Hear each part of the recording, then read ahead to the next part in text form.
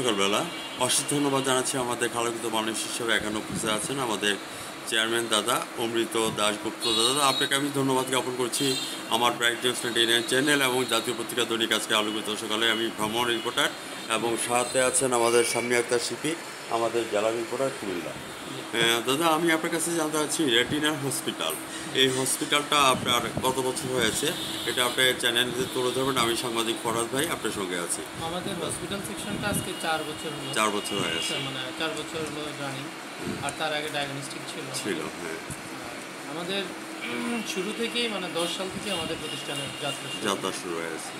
তো আছি আমরা মোটামুটিভাবে চেষ্টা করি আমাদের মিডল ক্লাস ফ্যামিলির লোকজনই বেশি আমাদের কাছে আসে। অমৃত দাস দাদা আপনার সম্পর্কে যদি বলতে হয় তাহলে বলবো যে অমৃত দাশগুপ্ত দাদা was not built in a day. দাদা কিন্তু একদিনে তৈরি হয়নি, হাঁটিয়ে পাপা করে কিন্তু 4 বছর পার করে দিয়েছে। তো সেই সুবাদে আমি আপনার কাছে জানতে চাচ্ছি আপনার এই হসপিটালটা কয়শয্যা বিশিষ্ট এবং এখানে অনারেবল ডাক্তার কে কে থাকে?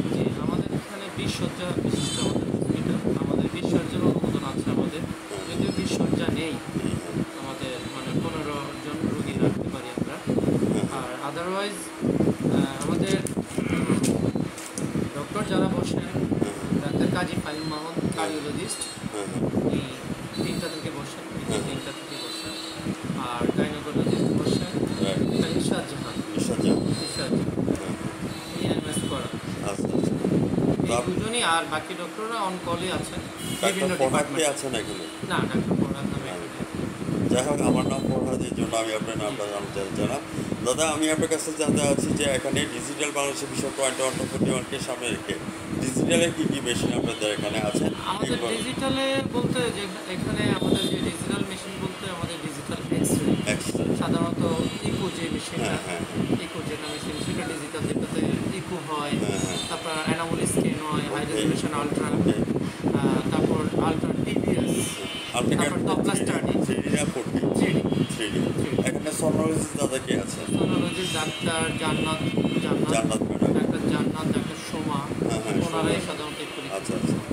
তো আমাদের যখন সিভিল সার্জন ম্যাডাম ছিল আর এখন তো civil surgeon deputy civil surgeon sir আসছেন, তো ওনারা আপনাদেরকে কেমন সহযোগিতা করে? অবশ্যই সহযোগিতা করে। সিভিল সার্জন অফিস অলওয়েজ মানে আমাদের প্রতি অনেক সহযোগিতা করে এবং ওনারা বলেন যে আপনাদের যে আইনি যে প্রক্রিয়াগুলো সম্পাদন করেন আমরা আপনাদের পাশে আছি, সেটা অলওয়েজ ওনারা করেন। না করলে আমরা ব্যবসা করতে পারতাম।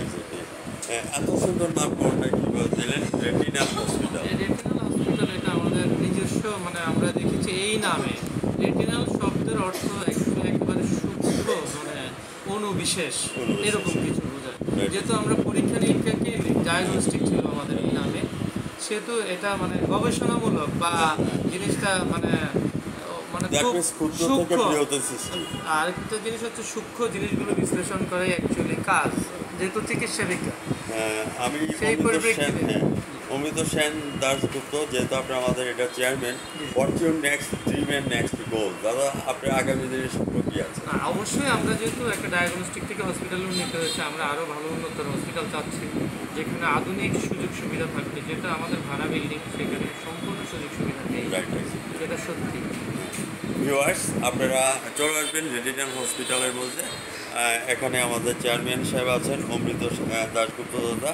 ভিউয়ার্স আজ রাত 9টা 15 মিনিটে আমাদের আলোকিত কিংবদন্তি আমার দাদা সাক্ষাৎ চারটি আজ রাত 9টা 15 মিনিটে আমাদের টিভি চ্যানেল থেকে দেখে নেবেন এবং অনলাইনে সাবমিট করে নেবেন www.brightnews29.com এবং জাতীয় পত্রিকা দৈনিক আজকের আলোকিত সকাল থেকে আমি ভ্রমণ রিপোর্টার সাংবাদিক ফরাদ ভাই এবং হচ্ছে যে আমাদের জেলা রিপোর্টার শাম্মী আক্তার শিবিকে বিদায় রেখা টানছি। দাদা ভালো থাকেন, সুস্থ থাকেন, ধন্যবাদ।